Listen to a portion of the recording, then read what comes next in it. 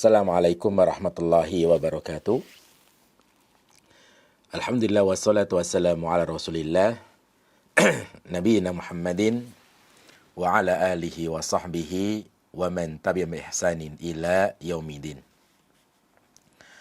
Para peserta pembelajaran bahasa Arab online yang dirahmati oleh Allah Subhanahu wa taala.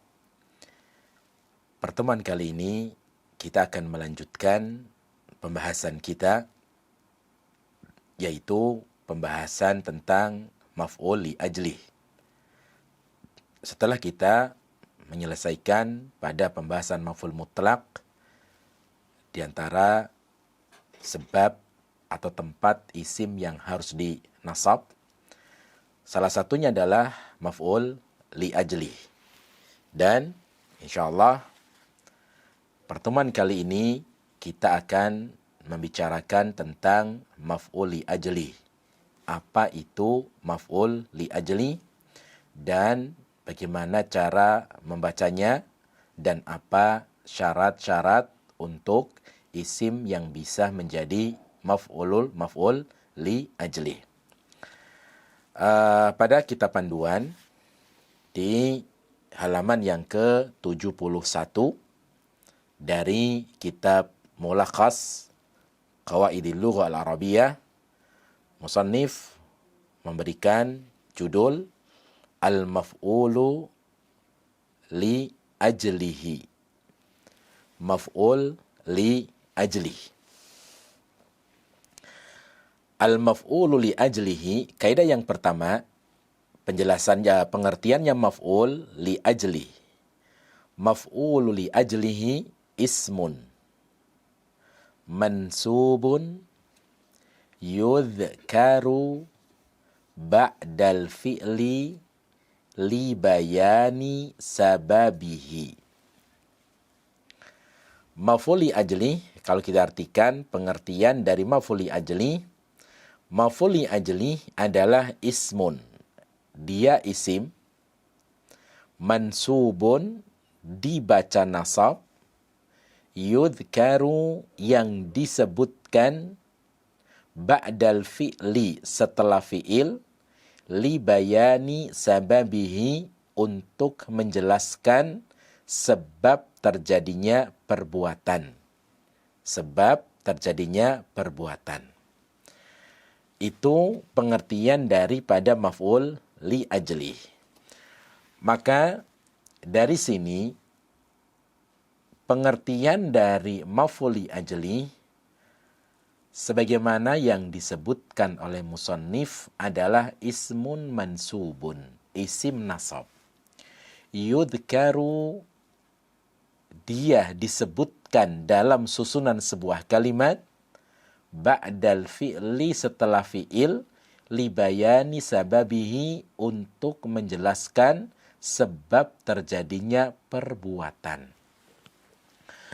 Maka dari sini kita bisa menyimpulkan bahwa maf'ul li ajlih ini merupakan sebuah isim yang ketika digunakan dalam sebuah kalimat hanya sekedar untuk sebagai keterangan terjadinya atau ketika terjadinya perbuatan. Dia muncul, dia dipakai dalam sebuah kalimat, digunakan dalam susunan sebuah kalimat ketika untuk menjelaskan sebab terjadinya perbuatan. Maka dari sini, maf'ul li ajli ini merupakan salah satu di antara isim yang bukan bagian dari kalimat tersebut. Sebagaimana pada pembahasan sebelumnya, sama sebagaimana pembahasan maf'ul mutlak.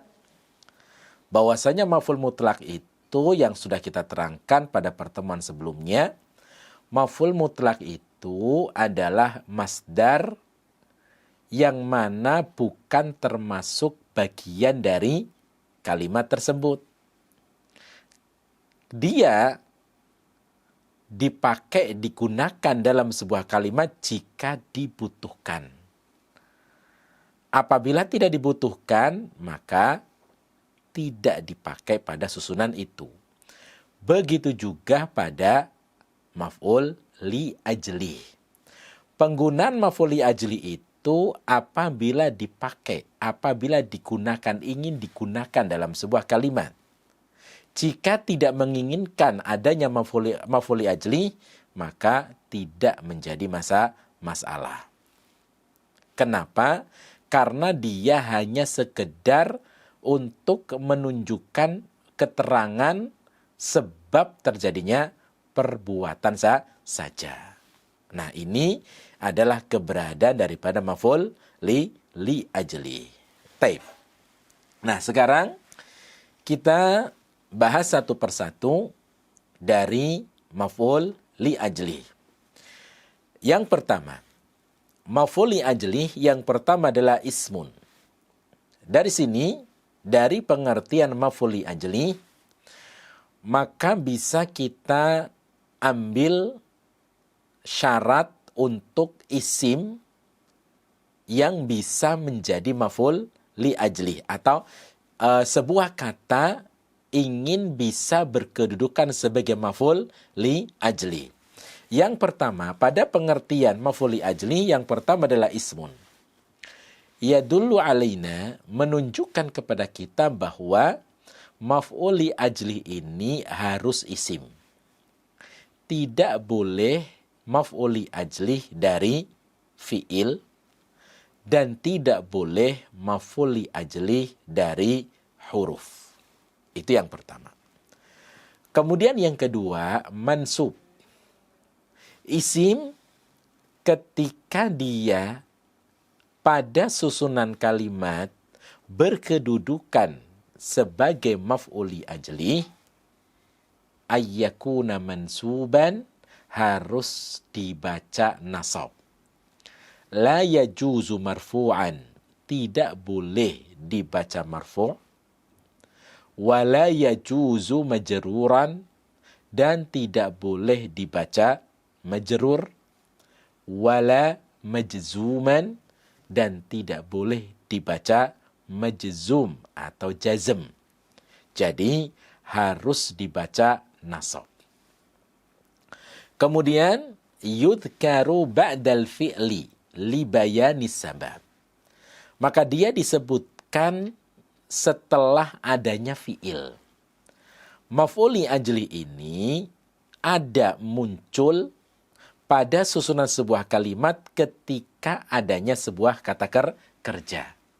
Maka jika tidak ada kata kerja, maka tidak boleh adanya maf'ul li ajli. Contoh, ada kalimat hadza kitabun, misal. Ada sebuah kalimat hadza kitabun. Ini sebuah kitab. Boleh nggak kita memberikan maf'ul li ajli di situ? Tidak boleh. Kenapa? Karena susunan kalimat hadza kitabun di situ tidak terdapat sebuah fi'il. Contoh lagi misalnya ada kalimat al-baitu wasi'un misalnya.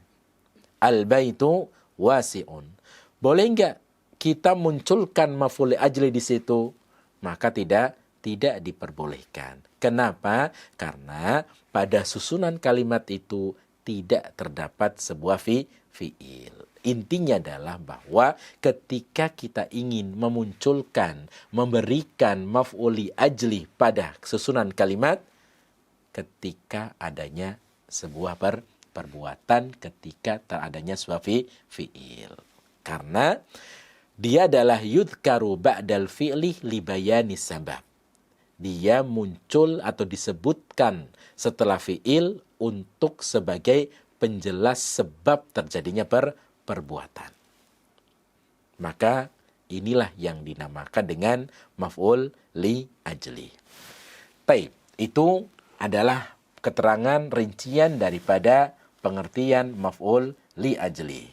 Sekali lagi, maf'ul li ajli adalah ayyakuna isman. Dia harus isim. Thaniyan ayyakuna mansuban. Yang kedua dalam keadaan nasab. Thalithan, yang ketiga, yudhkaru ba'dal fi'li. dia disebutkan atau dia disebut dimunculkan ketika adanya sebuah perbuatan. Taib. Itu syarat utama untuk isim atau sebuah kata ingin dijadikan sebagai maf'ul li ajli. Para peserta pembelajaran bahasa Arab oral yang dirahmati oleh Allah Subhanahu wa taala. Pada pengertian maf'ul li ajli atau pada syarat daripada maf'ul li ajli, maka disebutkan di situ adalah ada kata isim. Kalau kita perhatikan, isim itu banyak modelnya, banyak jenisnya. Apakah semua isim bisa menjadi maf'ul li ajli? Maka ini yang harus kita perhatikan. Yang harus kita fahami bahwa ternyata tidak semua isim bisa menjadi maf'ul li ajli. Oleh karena itu, cabang dari syarat isim itu adalah yang pertama masdar. Yang pertama adalah masdar. Jadi, maf'ul li ajli syaratnya adalah harus isim. Nah, isim, ini isim yang seperti apa? Yang bisa menjadi maf'ul li ajli. Ternyata dari syarat isim ini memiliki cabang syarat lagi. Maka dari sini tidak semua isim bisa menjadi maf'ul li ajli. Oleh karena itu, apa syarat isim ini bisa menjadi maf'ul li ajli? Maka syaratnya adalah satu masdar. Bentuknya, jenisnya harus masdar. Maka qalamun tidak boleh jadi maf'ul li ajli, sekalipun dia isim. Kitabun tidak boleh menjadi maf'ul li ajli, sekalipun dia isim. Maktabun tidak boleh menjadi maf'ul li ajli, sekalipun dia isim. Kubun, gelas misalnya, maka tidak bisa sebagai maf'ul li ajli sekalipun dia isim. Jadi harus dari masdar. Yang kedua, masdar ini juga jenisnya banyak. Maka maf'ul li ajli ketika ingin atau sebuah isim ketika menjadi maf'ul li ajli, maka masdarnya ini tidak semua masdar. Harus ada syarat masdar yang bisa menjadi maf'ul li ajli. Dan ini yang harus kita perhatikan ketika ingin menjadikan isim ini sebagai maf'ul li ajli. Makanya tidak sembarangan. Tidak semua isim itu bisa dijadikan maf'ul li ajli. Nah, yang kedua, syarat daripada isim, cabang syarat daripada isim yang kedua adalah masdarnya yadullu ala amalin qalbiyin. Masdarnya itu adalah masdar yang terambil dari fi'il yang menunjukkan arti amalan hati. Menunjukkan arti dari amalan hati. Itu yang bisa menjadi maf'ul li ajli. Oleh karena itu, masdar yang tidak menunjukkan arti amalan hati, maka tidak bisa menjadi maf'ul li ajli. Contoh, nasara artinya menolong. Masdarnya nasron. Nasron, apakah bisa menjadi maf'ul li ajli? Tidak. Karena nasron ini bukan masdar yang menunjukkan arti amalan hati. Contoh lagi misalnya aklan. Aklan ini artinya makan. Masdar. Apakah bisa menjadi maf'ul li ajli? Tidak bisa. Sekalipun dia isim. Sekalipun dia masdar. Karena aklan ini masdar yang tidak menunjukkan arti amalan hati. Maka tidak bisa menjadi maf'ul li ajli. Syariba, masdarnya syurban misalnya, atau syurbun. Apakah syurbun ini atau syurban ini bisa menjadi maf'ul li ajli? Tidak bisa. Loh, kenapa? Karena syurbun ini artinya minum. Minum ini bukan masuk dari kategori amalan hati. Maka tidak bisa menjadi maf'ul li ajli. Maka dari sini harus kita perhatikan ketika ingin melafatkan isim nasab yang berkedudukan sebagai maf'ul li ajli, harus diperhatikan betul syaratnya. Jadi yang pertama adalah isim. Kalau kita simpulkan dari syarat tadi, maka maf'ul li ajli atau sebuah kata yang bisa menjadi maf'ul li ajli itu syaratnya adalah satu, isim. Yang kedua harus dari masdar. Yang ketiga, masdar tersebut menunjukkan arti amalan hati. 3 syarat. Nah, apabila isim tersebut sudah terpenuhi 3 syarat tadi, maka silahkan untuk bisa dinasab berkedudukan sebagai maf'ul li ajli. Maf'ul li ajli.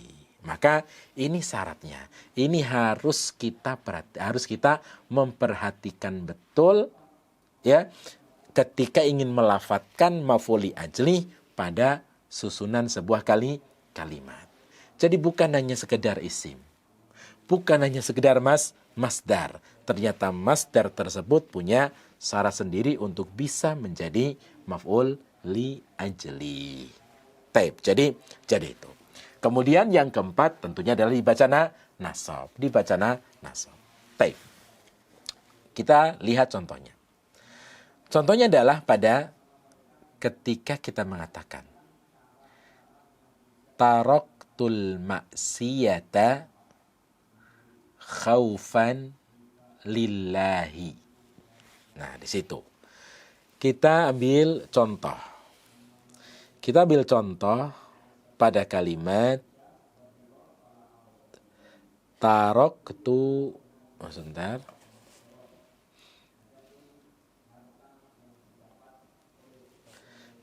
Taraktu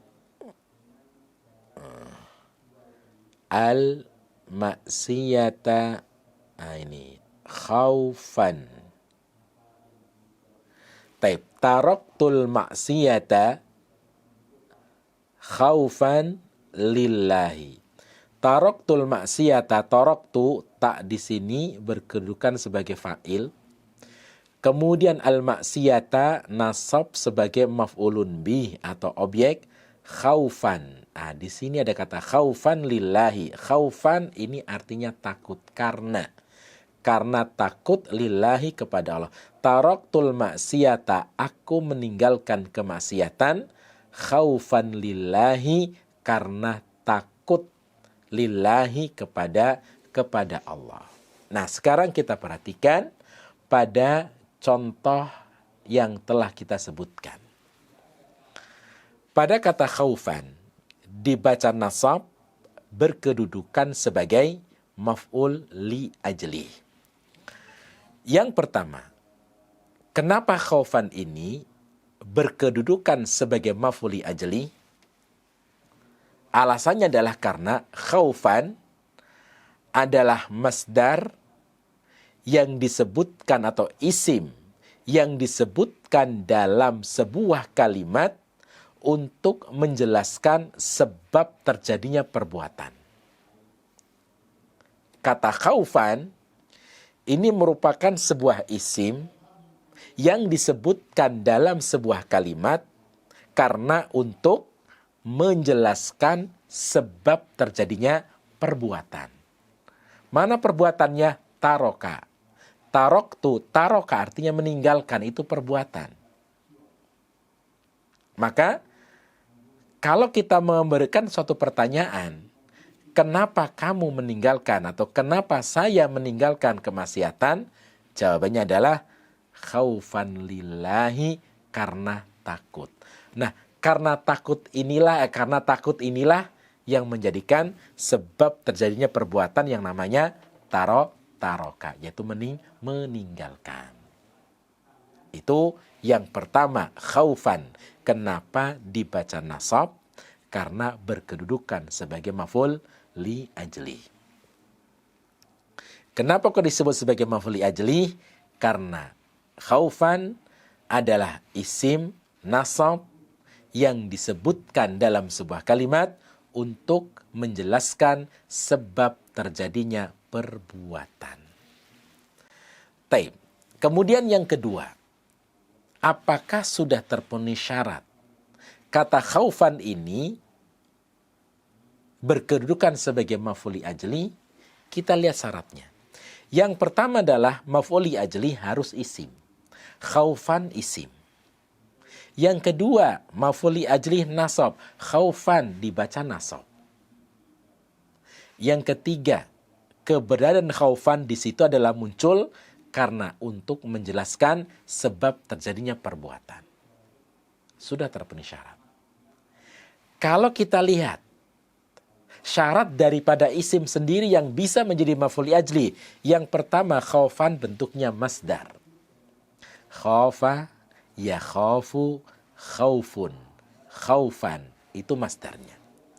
Yang kedua, khaufan ini merupakan salah satu di antara masdar yang menunjukkan arti amalan hati.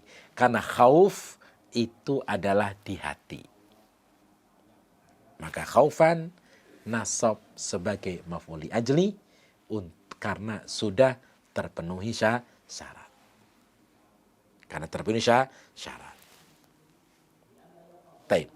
Atau contoh yang lainnya.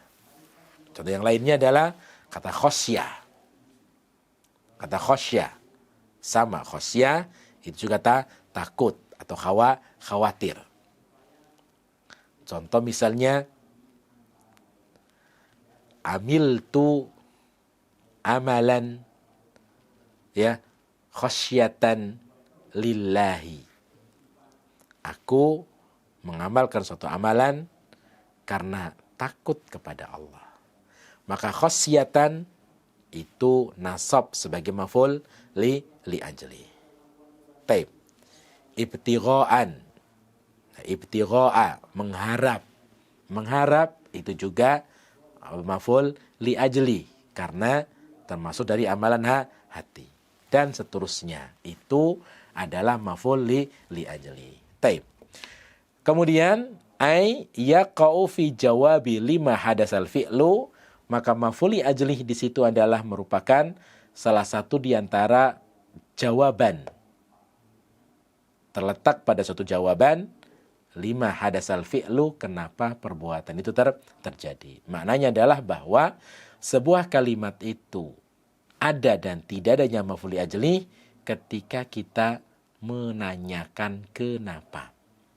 Maka jawaban dari kenapa itulah maf'ul li ajli yang tadi sudah kita sebutkan. Baik. Kita lihat contoh-contohnya di situ. Yang pertama adalah tusarraful mukafa'atu tashji'an lil amilina. Al mukafa'atu marfu' sebagai naibul fa'il. Naibul fa'il. Tashji'an ini nasab. Tashji'an dibaca nasab karena berkedudukan sebagai maf'ul li ajli.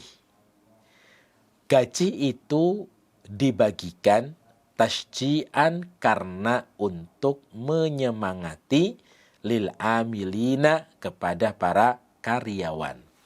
Tashji'an, kata tashji' dibaca nasab karena berkedudukan sebagai maf'ul li ajli. Tanda nasabnya dengan fathah karena Tasji atau maf'ul li ajli adalah ismun mansubun, isim dibaca nasab. Tasji ini adalah merupakan masdar yang menunjukkan arti amalan hati. Oleh karena itu ketika mengartikan maf'ul li ajli adalah karena atau disebabkan.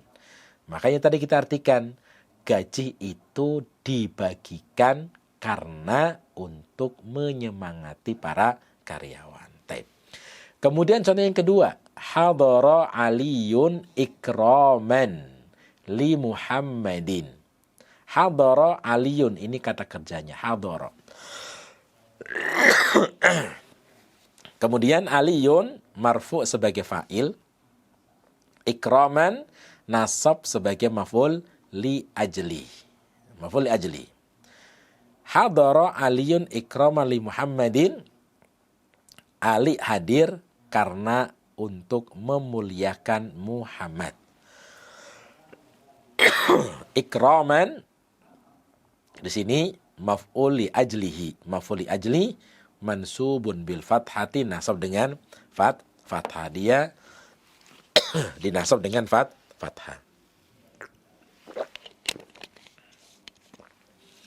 Dan maf'ul li ajli ini sudah terpenuhi syarat ikraman isim, ikraman nasab, ikraman masdar, ikraman menunjukkan arti amalan hati. Taib.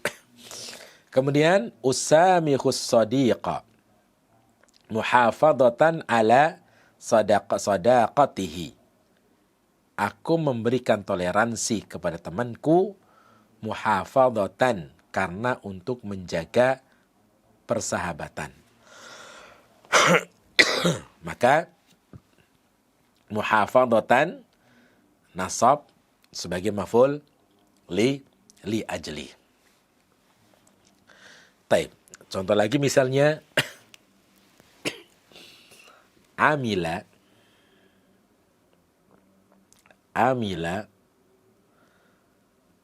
aliyun amalan roja'a thawabillahi. Amila aliyun amalan roja'a thawabillahi. Ali melakukan satu amalan roja'a karena mengharapkan thawabillahi, pahala dari Allah Subhanahu wa taala. Maka roja'a di sini adalah nasab sebagai maf'ul li ajli karena termasuk atau karena sudah terpenuhi syarat. Taib. Contoh lagi misalnya, misal pada kalimat dhahabtu ilal madrasati ikraman li ustadin. Ikraman li ustadin. Maka lafaz ikraman nasab sebagai maf'ul li ajli. Taib. Aku pergi ke sekolah karena untuk memuliakan seorang guru. Taib. Contoh lagi misalnya darasa at-tullabu khaufan lil imtihani. Murid-murid itu belajar khaufan karena takut al-imtihani kepada ujian dan seterusnya, maka itu adalah maf'ul li ajli. Taib. Dengan kesimpulan bahwa maf'ul li ajli adalah isim nasab yang muncul digunakan dalam sebuah kalimat untuk menerangkan sebab terjadinya perbuatan. Itu yang pertama. Kemudian yang kedua, maf'ul li ajli ada syaratnya. Yang pertama adalah isim, yang kedua masdar, yang ketiga masdar menunjukkan arti amalan hati. Wallahu ta'ala alam. Ini yang bisa kita pelajari, semoga bisa dapat difahami. Wassallallahu ala nabiyyina Muhammadin wa akhiru da'wana anilhamdulillahi rabbil alamin. Wassalamualaikum warahmatullahi wabarakatuh.